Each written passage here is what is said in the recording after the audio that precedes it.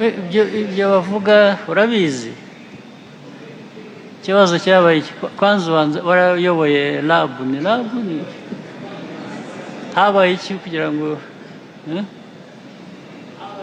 murakoze nyakubahwa perezida wa repubulika ni ikibazo yaravuze kijyanye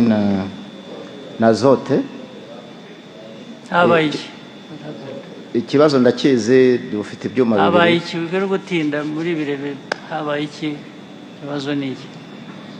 ntabwo turakizana nyakubahwa perezida wa repubulika ariko habaye iki kugira ngo binanirane ikibazo ni iki imyaka yose nyakubahwa perezida wa repubulika ni icyuma habaye iki kugira ngo icyo cyuma kinanirane cyo kuba gihari byarakererewe nyakubahwa perezida wa repubulika ariko byakerejwe n'iki twari twagiteganyije mu mushinga dukoranaho na IFAD ariko gahunda zo kukigura ziri imyaka ingahe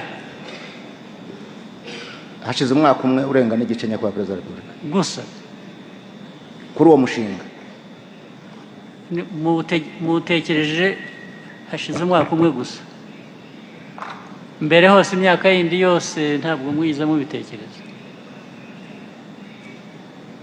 nyakubahwa perezida wa repubulika turasaba imbabazi okay turaza kubishyira mu mbaraga